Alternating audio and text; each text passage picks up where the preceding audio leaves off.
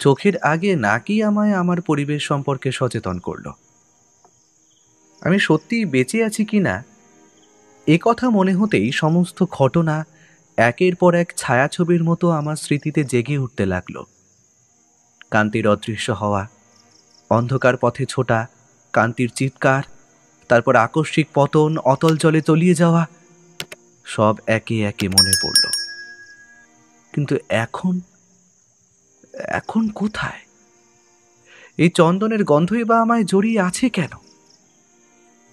তবে কি আমি জীবিত নই? জীবিত কি মৃত তা পরীক্ষার জন্য চোখ খুলবার চেষ্টা করলাম। সঙ্গে সঙ্গে মাথার ভেতরে কেমন যন্ত্রণা করে উঠল, যেন কেউ মগজে ছুঁচ ফুটিয়ে দিল। যন্ত্রণাটা সামলে নিতে সময় লাগলেও ওই থেকেই বুঝতে পারলাম আমি এবারেও মৃত্যুকে ফাঁকি দিতে পেরেছি। দেহে যন্ত্রণা বোধ যখন আছে তখন নিশ্চয়ই মরিনি। বার কয়েক চেষ্টার পর চোখ যখন খুললাম তখন মনে হলো এভাবে বাঁচার চাইতে মৃত্যুই আমার ভালো ছিল। যে ভয়ঙ্কর খপ্পর থেকে পরিত্রাণ পাওয়ার চেষ্টা করছিলাম, ঘুরে ফিরে পুনরায় সেখানেই ফিরে আসতে হলো। আরো কত প্রকার আতঙ্কের যন্ত্রণা না জানি অদৃষ্টে আছে। দেখলাম একটা সংকীর্ণ ঘরের মেঝে ব্যাঘ্র চর্মের বিছানায় আমি পড়ে আছি। হালকা ঝাপসা মতন আলোয় ঘরের পাথরের দেওয়াল নজরে পড়ল। অর্থাৎ এটাও সেই গুহা। গুহা না হলেও নিশ্চয়ই গুহারই অংশ। ভয় হতে লাগলো, কখন আবার ভৌতিক লীলা কীর্তন শুরু হয়ে যায়। অভ্যাসবশত ডান হাতটা কোমরে স্পর্শ করলাম, কিন্তু রিভলভার তো নয়, বেল্ট পর্যন্ত অনুপস্থিত সেখানে। এ কি হলো? আমি নিরস্ত্র, জলে সবই গেছে তাহলে? চোখে অপার জিজ্ঞাসা আর শঙ্কা নিয়ে উঠে বসলাম। অবাক হয়ে লক্ষ্য করলাম আমার কোমরে কাপড় মতন কিছু একটা জড়ানো। বস্তুটার সঠিক পরিচয় এবং রং অস্পষ্ট আলোয় উদ্ধার করা সম্ভব হলো না। এই যে একেবারে খোল নলচে পাল্টানোর মতো ব্যাপার। প্যান্ট বেল্টের স্থান দখল করেছে 8 পৌরের সামান্য বস্ত্রখণ্ড। তাহলে আমাকে কেউ উদ্ধার করে এখানে এনে রেখেছে, দয়া করে অঙ্গের ভেজা পোশাক ছাড়িয়েছে, পশু চর্মের বিছানায় শুইয়েছে। কিন্তু কাউকে তো কোথাও দেখতে পাচ্ছি না। তাছাড়া ঘরের অন্ধকার দূর করবার জন্য আলোর ব্যবস্থাও তো চোখে পড়ছে না। অথচ একটা প্রচ্ছন্ন আলোর আভাস ঘরময় ছড়িয়ে থেকে অন্ধকারের স্তর হালকা করে রেখেছে। আলোর আভাসটুকুর উৎসই বা কোথায় কি জানি। বুঝবারও উপায় নেই কোনো প্রদীপের না বাইরের সূর্যের এই আলো। সূর্যের কথা মনে হতেই বাঁ চোখের উপর উঠে এলো, কিন্তু শূন্য মণিবন্ধ, ঘড়ি নেই কোথাও। সর্বনাশ! তাহলে কি কোনো দুর্বৃত্তের হাতেই পড়লাম এই যাত্রায়? হেসে যাচ্ছিলাম, টেনে তুলেছে হয়তো, কিন্তু তাই বা কি করে সম্ভব? তাদের তো এভাবে পোশাক পাল্টিয়ে যত্ন সহকারে চন্দনগন্ধ মণ্ডিত পরিবেশে এনে রাখবার কথা নয়। কিন্তু যেই হোক, যার কল্যাণে আমি জল থেকে এখানে আশ্রয় পেয়েছি, আমার পোশাক পরিচ্ছদ সঙ্গের যাবতীয় কিছু তার কাছেই থাকা সম্ভব। আর সন্ধান করলে এখানেই তার সাক্ষাৎ পাওয়া যাবে, আমার বিশ্বাস। কিন্তু এভাবে এক জায়গায় বসে থেকে তার সন্ধান পাওয়া সম্ভব নয়। এই আশ্রয়স্থল সম্পর্কে ওয়াকিবহাল হতে গেলে, নিজের বর্তমান অবস্থা অবহিত হতে হলে উঠে দাঁড়িয়ে একটু খোঁজখবর করা দরকার। এই নতুন পরিবেশে বিহবল সন্ধানী চোখজোড়ার সঙ্গে ব্যাকুল মন যাকে বারবার খুঁজে ফিরছিল, তার কোনো সন্ধান কিন্তু কোথাও পেলাম না। কান্তি কি তাহলে জলে ভেসে গেছে, অথবা অন্য কোনো ঘরে আছে? তাকেও খুঁজে বের করা দরকার। সহসা কান্তি এক বিশাল জিজ্ঞাসার চিহ্ন হয়ে দেখা দিল আমার সামনে। সেই অন্তর্ধানের পর থেকে তার ব্যবহার আগাগোড়া আমার কাছে রহস্যাবৃত। কখন কিভাবে যে ও বাইরে বেরিয়ে গেল, তারপর নিজেই ডেকে আমায় মৃত্যুপুরী থেকে বাইরে নিয়ে এলো, পালাতে বলে নিজেও পাশাপাশি ছুটল, কিন্তু একবারও কাছাকাছি এসে ধরা দিল না, সবই আমার কাছে রহস্যাবৃত। তারপর ছুটতে ছুটতে এসে গুহাপথের প্রান্তে অন্ধকার জলে পড়ে যাওয়ার পূর্ব মুহূর্ত থেকে আর তাকে চোখে পড়েনি। যতক্ষণ টর্চের ক্ষীণ আলোটুকু ছিল ততক্ষণ কান্তিকে দেখা গেছে, কিন্তু একবারও স্পষ্টভাবে নয়। তার হাতের টর্চও একবারও জ্বলতে চোখে পড়েনি। অন্ধকারই ছুটেছে আমাকে পেছনে ফেলে। সারাটা পথ যেমন সে ধরা দেয়নি, তেমনি জলে পড়ে তলিয়ে যাওয়ার আগেও তার কোনো সাড়া আর কানে আসেনি। অথচ এখনো আমার মনে পড়ে, স্রোতের টানে তলিয়ে যাওয়ার আগে আমি সর্বশক্তি দিয়ে কান্তিরই নাম ধরে ডাকবার চেষ্টা করেছিলাম।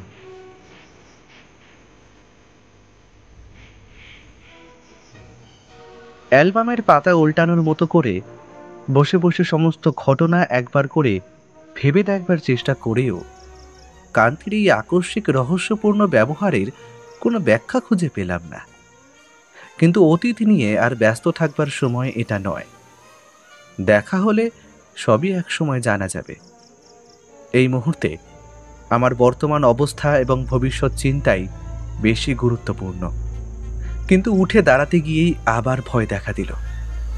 মনে পড়ল গুহার ভেতরের সেই ভয়াবহ ঘরটির কথা, যে ঘরের দেওয়ালের গণেশ মূর্তির উদর থেকে স্বর্ণমুদ্রা বৃষ্টি ধারার মতো বেরিয়ে এসে আমাদের চমকে দিয়েছিল এবং সেই সঙ্গে ঠেলে দিয়েছিল বিপদের মুখে। একে একে সবই মনে পড়ল এবং ভয় হতে লাগলো উঠে দাঁড়িয়ে আবার না তেমন কোনো ভয়ঙ্কর ঘটনার পুনরাবৃত্তি দেখতে হয়। কিন্তু নিমজ্জিত মানুষের ভয় থাকা শুভ লক্ষণ নয়। আমাকে ভবিষ্যৎ সম্পর্কে সন্ধান নিতেই হয়।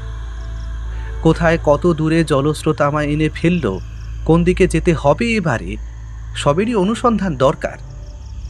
আর বসে থাকা যায় না। দাঁড়িয়ে উঠে পা বাড়াতে গিয়েই শরীরের বর্তমান অবস্থাটা উপলব্ধি হলো। সর্বশরীর ক্লান্তিতে ক্ষুধায় নুয়ে পড়তে চাইছিল।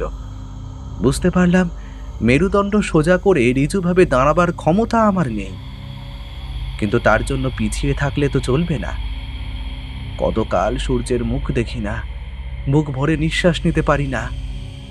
এই বদ্ধ গুহার আবেষ্টনী থেকে মুক্তি পাওয়ার জন্য একটা অস্থির উন্মাদনা আমায় স্থির থাকতে দিল না।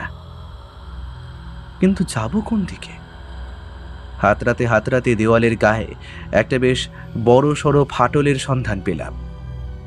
নিজেকে সম্পূর্ণভাবে ভাগ্যের ওপর ছেড়ে দিয়ে সেই ফাটল গলেই কক্ষের বাইরে পা বাড়ালাম। ঠিক সঙ্গে সঙ্গেই দৈববাণীর মতো পেছন থেকে কোমল নারী কণ্ঠ ধ্বনিত হলো। অজ্ঞাত এই গুহায় আশ্চর্য মিষ্টি কণ্ঠে কেউ আমার নাম ধরে ডাকল, শঙ্কু, দাঁড়াও। মাটি থেকে পা পর্যন্ত যেন একটা তড়িৎ প্রবাহ খেলে গেল। ঝুঁকিতে ঘুরে দাঁড়ালাম।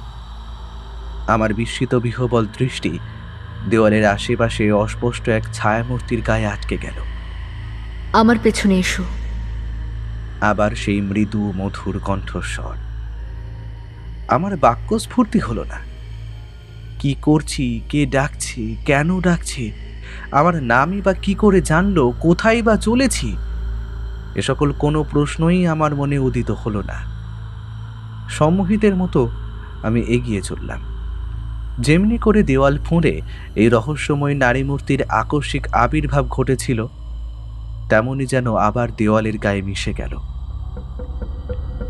এগিয়ে দেওয়ালের মুখোমুখি গিয়ে দাঁড়াতে বিরাট হাঁ করা একটা গুহার মুখ আমায় যেন গ্রাস করল। একটা দুটো করে বেশ কয়েকটা কক্ষ অতিক্রম করে এলাম। সহসা যেন নতুন এক জগতে পদার্পণ করলাম। আলোর বন্যা আমায় ভাসিয়ে দিল। কত যুগ পরে আবার সূর্যের আলোর মুখ দেখলাম।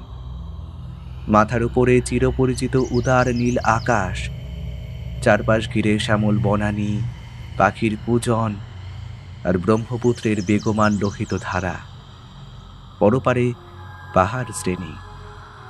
আমার মুখোমুখি দাঁড়িয়ে বন আর নদীর পটভূমিতে এক দীর্ঘাঙ্গী ভৈরবী মূর্তি, যাকে অনুসরণ করে এসে আমি অভিশপ্ত অন্ধকার রাজ্য ছাড়িয়ে আলোর রাজ্যের সন্ধান পেয়েছি।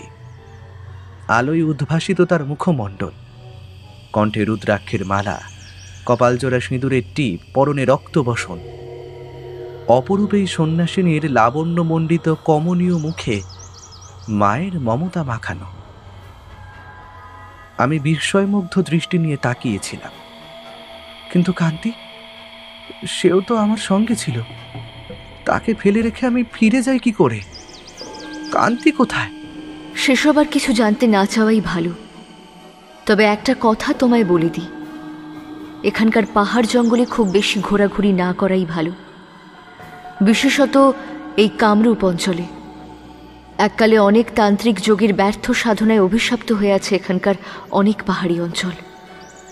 তোমরা যে গুহায় ঢুকেছিলে, সেখানে ঢুকে কোনো দিন কেউ বেরিয়ে আসতে পারেনি।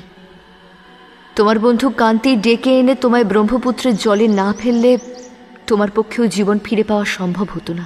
কিন্তু কান্তি কোথায়? তাকে ডেকে দিন। সে আর আসবে না।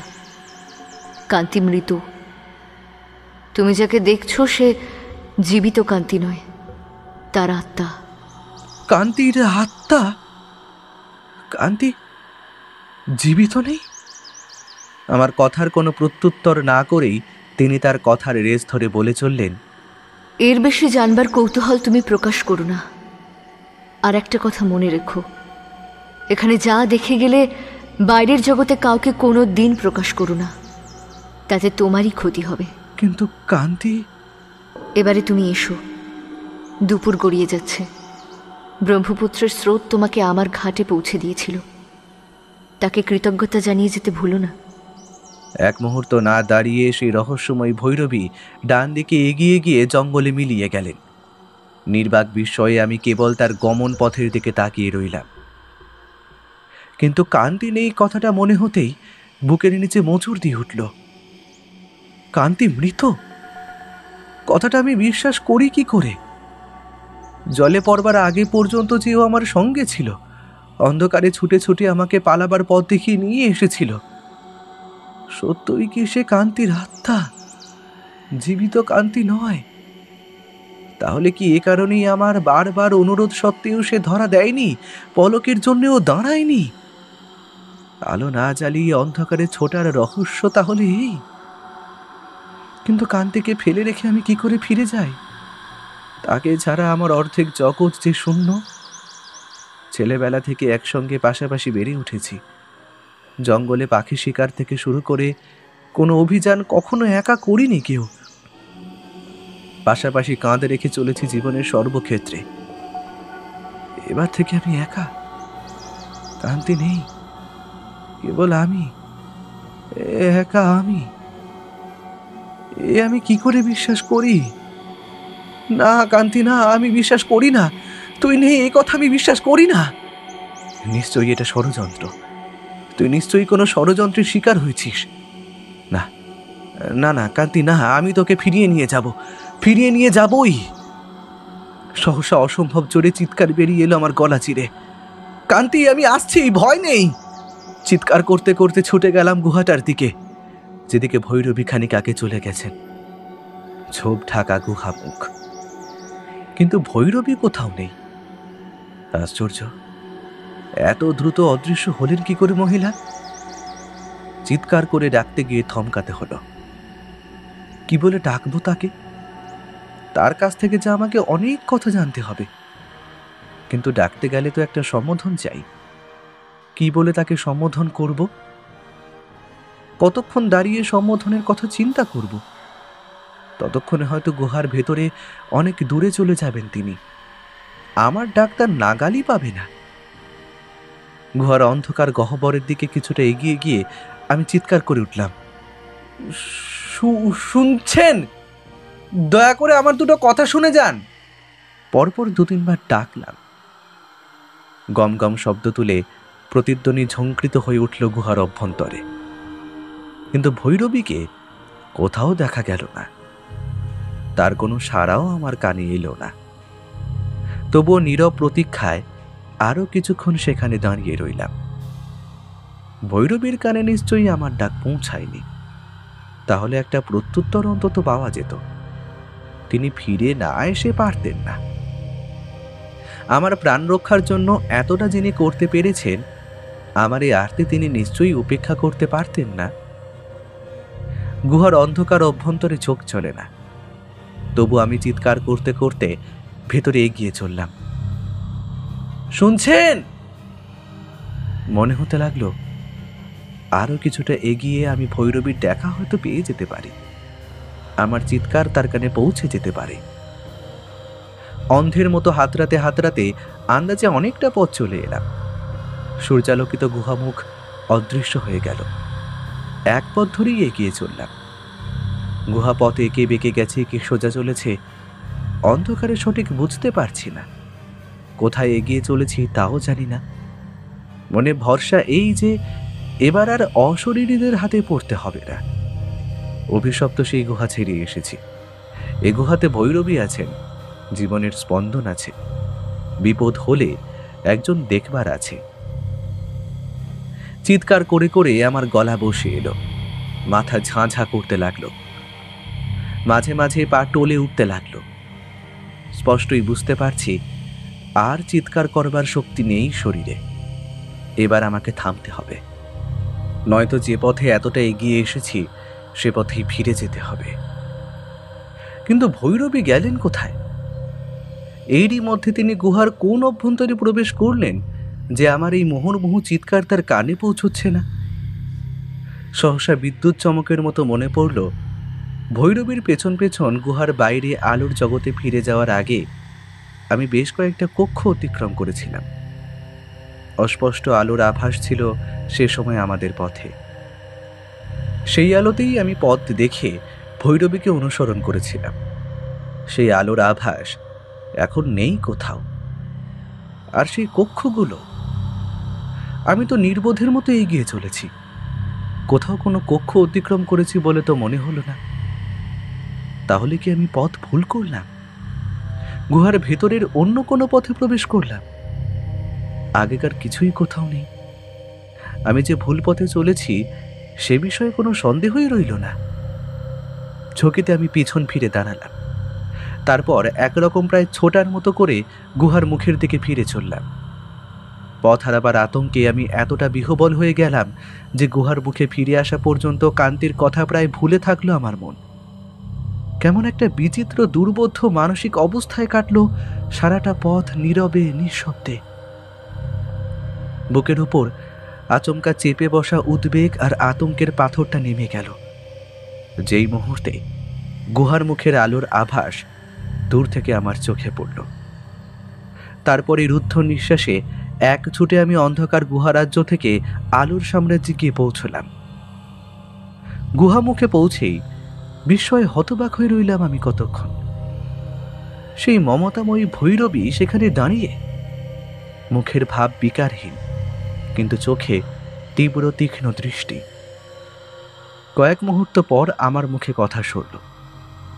ব্যাকুলভাবে বলে উঠলাম, কান্তি কোথায় আমায় বলে দিন, তাকে না নিয়ে আমি কি করে ফিরে যাব? কান্তি নেই। আমার কথা তোমার বিশ্বাস হচ্ছে না? আমি জানি না, কান্তিকে আমাকে ফিরিয়ে দিন। ভৈরবীর ঠোঁটের কোণ দুটি পলকের জন্য কেঁপে উঠে স্থির হয়ে গেল। কান্তির কি হয়েছে আমায় সত্যি করে বলুন না আপনি। আমি কান্তিকে এইভাবে ফেলে রেখে যেতে পারবো না, পারবো না। নিশ্চয়ই কান্তি বেঁচে আছে, আপনি সত্যি করে আমায় বলুন। আমার অস্থিরতা ব্যাকুল জিজ্ঞাসায় তার মুখে কোনো ভাবান্তর ঘটল না, কেবল তার দৃষ্টি আমার মুখের ওপর আরো নিবিড় হলো। বলুন কান্তি কোথায়, কান্তিকে আমাকে ফিরিয়ে দিন, দয়া করুন। আমার কণ্ঠে ব্যাকুল আরতি ঝরে পড়ল। আমার চোখের দিকে তেমনি অন্তর্ভেদী দৃষ্টিতে তাকিয়ে থেকে একসময় বললেন, এসো আমার সঙ্গে। বিনা বাক্য ব্যয়ে আমি তার পেছন পেছন গুহার ভেতরে ঢুকলাম। তারপর সেই চন্দন গন্ধ আর রহস্যময় আলোর স্তর পেরিয়ে আমরা যেখানে এসে দাঁড়ালাম, মনে হলো সেটা একটা উপাসনা গৃহ। একবার সে দেওয়াল ঘেঁষে একটা অনুচ্চ বেদি, বেদিতে ফুল ছিটানো, রক্ত রাঙা জবা ফুল। বেদির চার কোণায় চারটে পিলসুজ, তাদের উপর ছোট্ট প্রদীপ। সেই প্রদীপের আলোকে ঘর আলোকিত, আর ধূপের গন্ধে আমোদিত ঘর। পরিচিত ধূপের গন্ধটা নাকে লাগতেই বুকের ভেতর মোচড় দিয়ে উঠল। এই গন্ধ ছিল সেই ছোট ঘরটিতেও, যেখান থেকে কান্তি অন্তর্ধান হয়ে গেছে। ভৈরবী একটা আসন দেখিয়ে বললেন, বসো এখানটায়, উতলা হয় না, শান্ত হয়ে বসো। তোমার জিজ্ঞাসার উত্তর তুমি পাবে, কিন্তু কোনো প্রশ্ন জিজ্ঞাসা করতে পারবে না, কোনো কথাই নয়। তোমার মনের সন্দেহ ঘোচাবার জন্যই কেবল তোমায় এখানে নিয়ে আসা। বলে ভৈরবী থামলেন আর পরক্ষণেই ধ্যানস্থ হয়ে পড়লেন। ভৈরবীর আলুলায়িত দীর্ঘ কৃষ্ণ কেশপুচ্ছ পিঠ ছাপিয়ে পাথরের মেঝে এলিয়ে পড়েছিল। আমি বোধহয় সেদিকে তাকিয়েই ক্ষণিকের জন্য অন্যমনস্ক হয়ে পড়েছিলাম। সহসা বিদ্যুৎ স্পৃষ্টের মতো আমার সর্বশরীর কাঁপিয়ে তুলল একটা কণ্ঠস্বর, কান্তির কণ্ঠস্বর। শঙ্কু, তুই বাসায় ফিরে যা। সচমকে চোখ তুলতেই দৃষ্টি আটকে গেল আমার বেদিটার উপর। স্পষ্ট দেখতে পেলাম কান্তি বেদির উপর দাঁড়িয়ে। কান্তি, তুই? কান্তির কাছে যাওয়ার উদ্দেশ্যে লাফিয়ে উঠতে যেতেই ভৈরবী আমার হাত চেপে ধরে বসিয়ে দিলেন। হাত ছাড়াতে গিয়ে লক্ষ্য করলাম তিনি তেমনই আমার দিকে পেছন ফিরে ধ্যানস্থ হয়ে বসে আছেন। শঙ্কু, তুই বাসায় ফিরে যা। স্পষ্ট আবার সেই পরিচিত কণ্ঠস্বর। বেদির দিকে তাকিয়ে এবারে আমি চিৎকার করে উঠলাম, কান্তি, তুই কোথায়? ভুলে যা! কিন্তু আমার কথা শেষ হওয়ার আগেই কান্তির মূর্তি বেদির ওপর থেকে ধোঁয়ার কুণ্ডলীর মতো অদৃশ্য হয়ে গেল। সেদিকে তাকিয়ে থেকে আমার দেহ ও মন সমস্ত বোধ যেন পাথর হয়ে গেল। বোধহয় আমার জ্ঞানই ছিল না কিছুক্ষণের জন্য। সম্বিত ফিরল আমার ভৈরবীর ডাকে আর তার হাতের আকর্ষণে। ভৈরবী দাঁড়িয়ে উঠে আমায় হাত টেনে ধরে দাঁড় করিয়ে দিলেন। দাঁড়িয়ে উঠেও আমি বোধহয় খানিকক্ষণ তার মুখের দিকে নিষ্পলকে তাকিয়ে রইলাম। তারপর একসময় আপনা থেকেই মুখ দিয়ে উচ্চারিত হলো, আমি কি কান্তির অশরীরী আত্মা দেখতে পেলাম? চলতে চলতে ভৈরবী বললেন, হ্যাঁ, মৃত মানুষের আত্মাই কেবল মানুষকে দেখা দিতে পারে। কান্তিকে ডেকে তুমি আর বৃথা সময় নষ্ট করো না। এবারে ঘরে ফিরে যাও, আর সাবধান, কোনো দিন এখানকার কিছু জানতে চেও না। এখানে যা দেখে গেলে, শুনে গেলে কাউকে তা বলো না, তাতে তোমারই ক্ষতি হবে। আমায় গুহার বাইরে পৌঁছে দিয়ে ভৈরবী নিঃশব্দে আবার অন্ধকারে মিলিয়ে গেলেন। কিন্তু এই সন্ন্যাসিনীর কথাই কি আমার মেনে থাকতে হবে? এই ভৌতিক গুহার রহস্যময় অন্ধকারে কান্তির বিদেহী আত্মা যুগ যুগান্তরের অভিশপ্ত আত্মাদের সঙ্গে মিশে আছে, মিশে থাকবে অনন্তকাল। সভ্য জগতের কোনো সন্ধানই পাবে না। কান্তির মতো কত প্রাণ এখানে বলি হয়েছে, কত রক্তাক্ত ইতিহাস এখানকার শিলাময় রাজ্যে মাথা কুটছে কে জানে। অনাগত আরো কত প্রাণের জন্য ফাঁদ পাতা হয়ে আছে, সে সন্ধানও জানবে না কেউ কোনো কালে। কোনো খবরই কাউকে জানাতে পারবো না। থাক, এই মুহূর্তে এই প্রেতভূমিতে দাঁড়িয়ে আর নাই বা ভাবলাম কিছু। ভৈরবীর কথাই মেনে চলা যাক আপাতত। সামনের একটা পাথরের উপর আমার জামা কাপড়, বেল্ট, রিভলভার আর ঘড়িটা রাখা ছিল। সেগুলো নিতে গিয়েই চোখে পড়ল পাথরের পাশে একটা নীল রঙের টিনে নোটিশ লটকানো। তাতে অসমীয়া ভাষায় লেখা, এই গুহার পুরাকীর্তি সংরক্ষণের উদ্দেশ্যে এত দ্বারা ঘোষণা করা যাইতেছে যে এতদ অঞ্চলে গবাদি পশু চড়ানো, পাথর ভাঙা বা কোনো মূর্তির ক্ষতি সাধন আইনত দণ্ডনীয় বলিয়া বিবেচিত হইবে, এবং ভারত সরকারের ঐতিহাসিক সম্পদ সংরক্ষণ বিধান মতে অভিযুক্তের দণ্ড 500 টাকা জরিমানা, অনাদায়ে 3 মাস জেল। অনুমত্তানুসারে জনসাধারণের নিকট এই সরকারি আবেদন পাহাড়ের কোলে বিভিন্ন জায়গায় অনেকবার চোখে পড়েছে। কথাগুলো কখনোই অসাধারণ কিছু মনে হয়নি, কিন্তু আজ মনে হচ্ছে কেবল পুরাকীর্তি ধ্বংসের হাত থেকে রক্ষা করার উদ্দেশ্যেই এই নোটিশ নয়, আরো গূঢ় অর্থ যেন এই কথাগুলোতে লুকোনো আছে। তাহলে কি সরকার এই গুহার রহস্য জানেন? না, এখানকার মাটির বুকে দাঁড়িয়ে অধিক কৌতূহল নাকি নিরাপদ নয়। আমিও মনকে আর কোনো প্রশ্ন করব না।